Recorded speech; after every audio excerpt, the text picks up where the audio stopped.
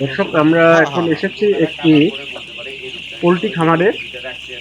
এই খামারি এর আগে তিনি ব্রয়লার মুরগি লালন পালন করতেন দীর্ঘদিন ধরে।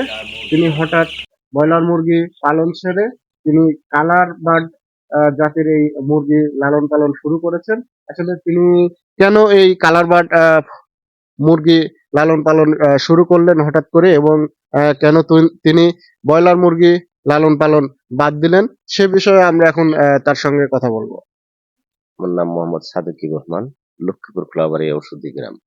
আসলে আমি ছোট একটা খামারের বিশ্বাস কোম্পানির ব্রয়লার মুরগি দীর্ঘদিন ধরেই পালতে ইদানিং এসে দেখা গেছে যে এই ব্রয়লার মুরগিতে 26-27 দিন বয়স হওয়ার পরেই এই মুরগির পানি ধরে, ঠান্ডা লাগে, কিন্তু এই পানি ধরা মুরগিগুলি কিন্তু টিকে থাকে না, এগুলা মরে যায়। মরে যাওয়ার কারণে দেখা যাচ্ছে যে আমরা যে একটা কমিশন কোম্পানি থেকে পাই ওটা আমরা পাই না।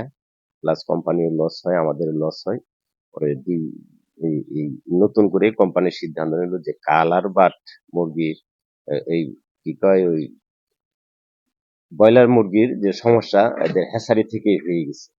এই জন্য এরা ওই ব্রয়লার মুরগি বাদ দিয়ে আমাদেরকে নতুন করে কালার বাট বাচ্চা দিছে। দেখা যাক নতুন করে আমরা যে বাচ্চা এখানে আহ, পরিচালনা করতেছি, এই চালানটা যাওয়ার পর বোঝা যাবে কালার বাটের রেজাল্টটা আসলেই কেমন।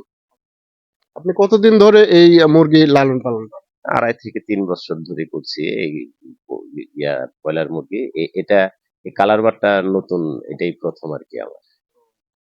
তো এই যে আসলে মুরগি লালন পালন থেকে আপনার কেমন ইনকাম হতো, এবং আসলে এ পর্যন্ত কি করতে পেরেছে?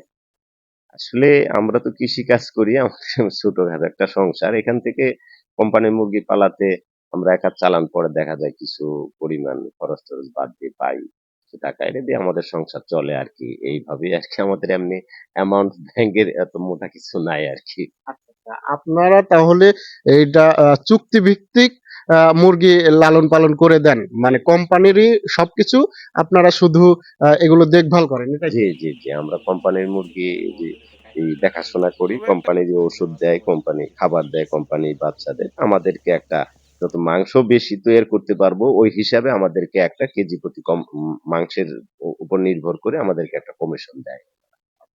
এই কমিশনে কি আপনাদের চলে? হ্যাঁ, আলহামদুলিল্লাহ এটাতেই যথেষ্ট আর কি।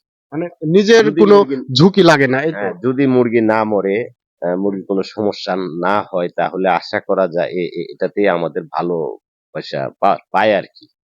আপনারা শুধু লাভের ভাগটা পান, আর লোকসানের ভাগও কি আপনাদের নিতে হয় কিনা? অনেক সময় তো মুরগির লালন পালন ঝুঁকিপূর্ণ, সেক্ষেত্রে অনেক সময় তো আহ লোকসানেরও সম্মুখীন হওয়া লাগে, সেক্ষেত্রে আসলে আপনাদের কি ইয়ে করতে হয় কিনা, ডোনেশন? আসলে আমরা যে কোম্পানির মুরগি পালি, ওই কোম্পানির মুরগি আমাদের কাছ থেকে ডোনেশন নেয় না।